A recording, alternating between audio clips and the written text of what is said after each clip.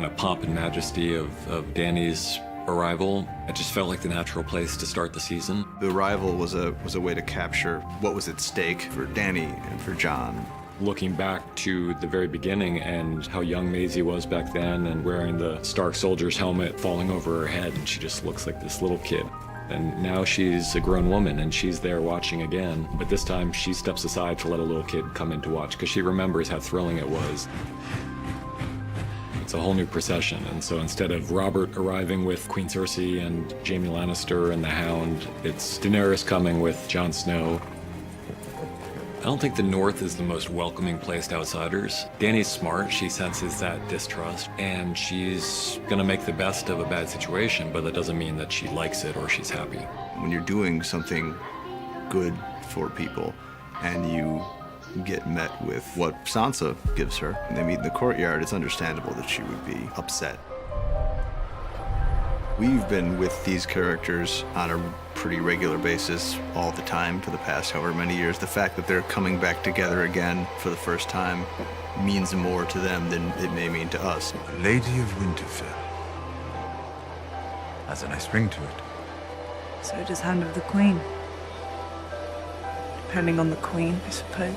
I think that if Tyrion were to have shown up on his own to Winterfell, he would have gotten a much different reception from Sansa than he did coming as the Hand of the Queen, Daenerys Targaryen. There's also the specific thing that happens in that scene, which is Tyrion has told everybody that the Lannisters are coming to join the cause, and it's amazing to her that this person she thought was so smart would ever take Cersei at her word on something like that. I used to think you were the cleverest man alive.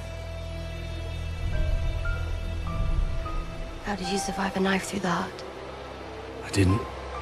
Jon Snow and Arya are two of the most important characters in the story, and they love each other very deeply. Arya was the only one who treated Jon like a real member of the family when he was a child, and he was the only one who treated her with the respect that she needed when she was a kid. Jon has invited this huge army of foreigners into their home, and Arya understands why he did it, but Arya's on Sansa's side. But you're defending her. I'm defending our family. So is she. I'm her family too. Don't forget that. Blood is definitely thicker than water when it comes to Starks. Go on. I don't know how to ride a dragon. Nobody does, until they ride a dragon. No one's ever ridden a dragon except for Dany. Only Targaryens can ride dragons, and that should be a sign for Jon. Jon's not always the quickest on the uptick, but eventually he gets there. We wanted to kind of re-anchor their relationship. It seemed important for it to involve the dragons, since the dragons play such an important role. It's a major thing for her when she sees they have some kind of connection to him. They allow him to be around them. And when he flies up with her and shows her where he used to hunt as a kid, I think she falls even farther in love with him.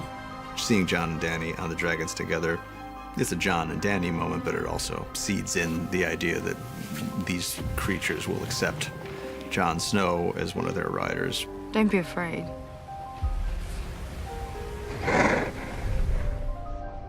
One of the challenges, but also one of the exciting things about this episode, this whole season, is bringing together characters who have never met. Sam has long been one of the more important characters in this story, but he's never seen Queen Daenerys, and yet they're connected by various threads. The obvious one, which we know from the beginning of the scene, is Jorah. Sam saved him, and so Jorah owes Sam this great debt. What none of them realize until midway through the scene is that they have another horrible connection. There are all these things that you know about those characters that the other characters don't know, and some of them are very important. Dany murdered Samwell's father and brother. That's a really complicated thing for Sam because he had a really fraught relationship with his father. You know, Sam's older brother was not a bad person and died really quite bravely, standing by his father's side. John Bradley did an excellent job. The difference between the way he takes the news of his father's death and the way he takes the news of his brother's death is a subtle thing that he does with very few words. It's the kind of thing that he could find out in a number of different ways, but it seemed like an effective preamble and way into that later moment. Daenerys. She executed my father and brother. Not executed men who disobeyed me. You've also spared men. Thousands of wildlings when they refused to kneel. I wasn't a king. but you were. The fact that Jon's real parents were who Jon's real parents were is not news to us at this point, but what we don't know is the way that Jon is going to take this. How's the explosion going to look? Sam is a brother of the Night's Watch, and Jon are more brothers than Bran and Jon ever really were. He knows it's going to hurt Jon, and it's going to shatter his whole worldview. For all they know, the Army of the Dead could attack the next day, and someone has to tell Jon before that. He's being told something that he both knows is true and can't handle. So he tries to throw things in front of it to prevent him from having to deal with the truth of what he's being told. The thing he throws in front of it here is the fact that it means his father was lying to him his whole life. You've never been a bastard.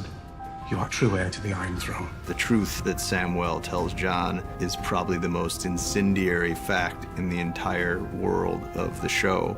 We chose to play the whole thing on Jon's face because as great a job as John Bradley is doing presenting this information, he's really just presenting information we know already. Daenerys is our queen. She shouldn't be. It's treason. It's the truth.